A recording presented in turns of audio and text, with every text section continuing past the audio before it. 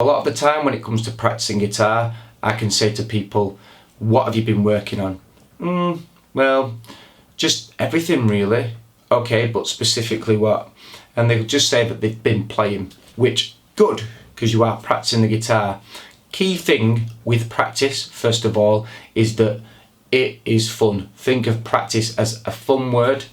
The next thing is, if you, for instance, have guitar lessons but you don't practice at home, it's very unlikely that you're going to get better. The practice is more important than the actual lessons itself. Anyway, what I'm going to tell you now is how to create an effective guitar plan for practicing. So what's the trick with getting better at practice? I like to segregate it into two categories, and when I teach the guitar, I teach this way as well. So I do it so that half of my practice is working on improvising or scales or chords or technique, and then the other half of it is working on learning some form of a song. Learning songs in general, without realizing it, you are working on technique as well, depending on what the song is. So with regards to planning a good guitar practice that is going to better you as a guitar player, I find the absolute key thing to do is to not work on your strongest points, work on the points that you feel weakest at. So that doesn't mean cover techniques that you haven't covered before, because you've not covered them. But if there's a certain technique that you have learned that you're like, no, I can't do that, I'm rubbish at that. Well, the reason that you're like that is because you don't practice it as much as the thing that you are very good at, your strong point.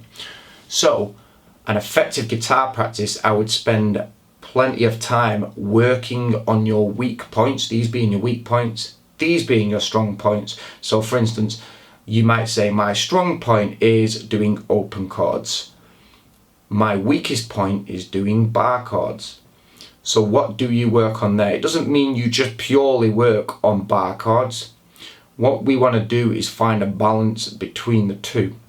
Find a song, this is where songs come into the equation, or a piece of music that you can learn that has some open chords in it and some bar chords in it, such as Hotel California has bar chords in it and has open chords in it.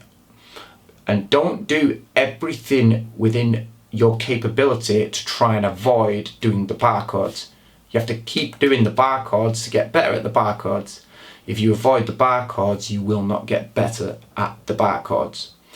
If I felt that my alternate picking was on a pretty high level, but that my sweep picking was down here and I can't do sweep picking, well, I would work on my sweep picking just as much as I work on the alternate picking. The reason your alternate picking is better is because generally that's the thing you've been working on the most, or it's the thing you enjoy more than the other in terms of the learning process.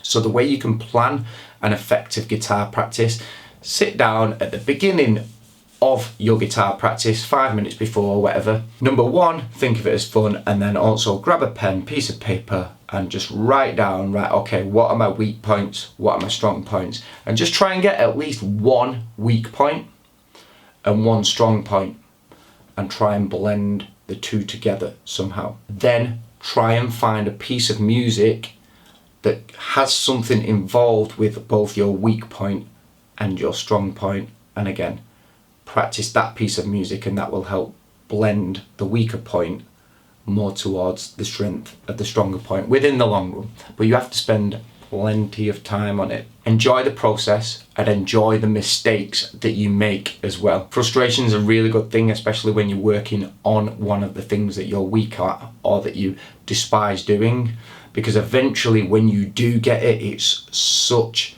a feeling of winning.